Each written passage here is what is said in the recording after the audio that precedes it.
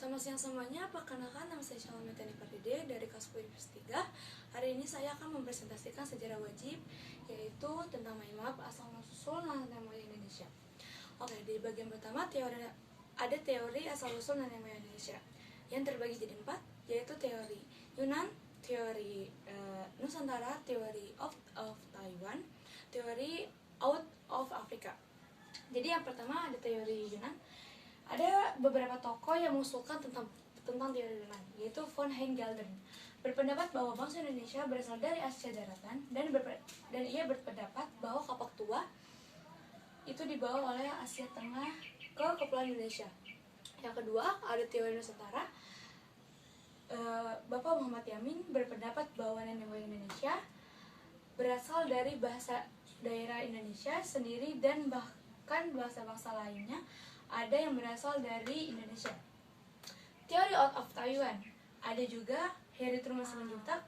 Menurut pendekatan linguistik dijelaskan bahwa dari keseluruhan bahasa yang dipergunakan suku-suku Nusantara memiliki rumpun yang sama, yaitu rumpun Australia.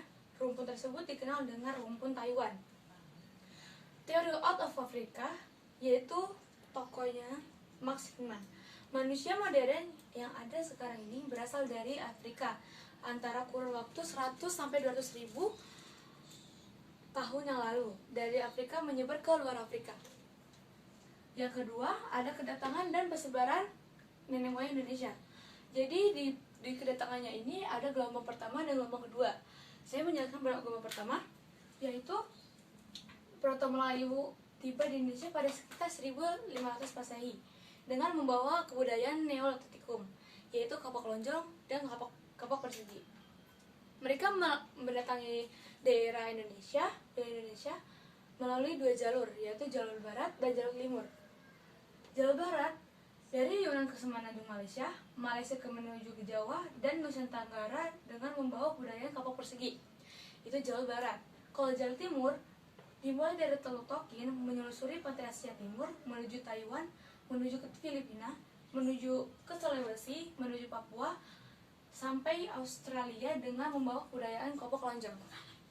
Gelombang kedua, yaitu ada bangsa Deuter Melayu, tiba di Indonesia sekitar 500 Masehi. Nah, mereka membawa kebudayaan perunggu seperti kapak corong, nekara, dan perhiasan perunggu. Di sini juga ada persebaran nenek moyang Indonesia. Ciri-ciri nenek moyang bangsa Indonesia. Di gelombang pertama adalah kebudayaan Neolitikum atau batu muda dan menggunakan jenis perahu berjadik satu. Migrasi gelombang kedua menggunakan berjadik dua. Terus ada rute persebaran nenek moyang bangsa Indonesia. Prosesnya ini mulai dari Malaysia Barat ke Sumatera, Jawa, Bali hingga ke Indonesia bagian timur, menyebar ke seluruh Kalimantan. Kalimantan Barat, kebudayaan kapak persegi tersebar hingga Filipina ke Formosa ke Jepang. Di sini juga ada ciri-ciri kehidupan nenek moyang Indonesia, yaitu pertama, ada perbandingan rumah bahasa, sistem pelayaran, sistem pertanian, sistem peralatan dan teknologi. Dan yang ketiga paling terakhir, hubungan antara rumpun bangsa Proto, Deuter Melayu, dan Melanesoid dengan asal-usul nenek moyang bangsa Indonesia. Yang pertama, ada bangsa Melanesia, yaitu Melanesia Mongoloid. Ciri-cirinya ada kulitnya kehitaman, mulut lebar, badan kekar, hidung mancung, rambut keriting. Keturunannya itu ada suku Sakai Riau, suku Papua, dan Kepulauan Timur Indonesia. Yang kedua ada bangsa Melayu tua, yaitu Melayu tua Mongoloid.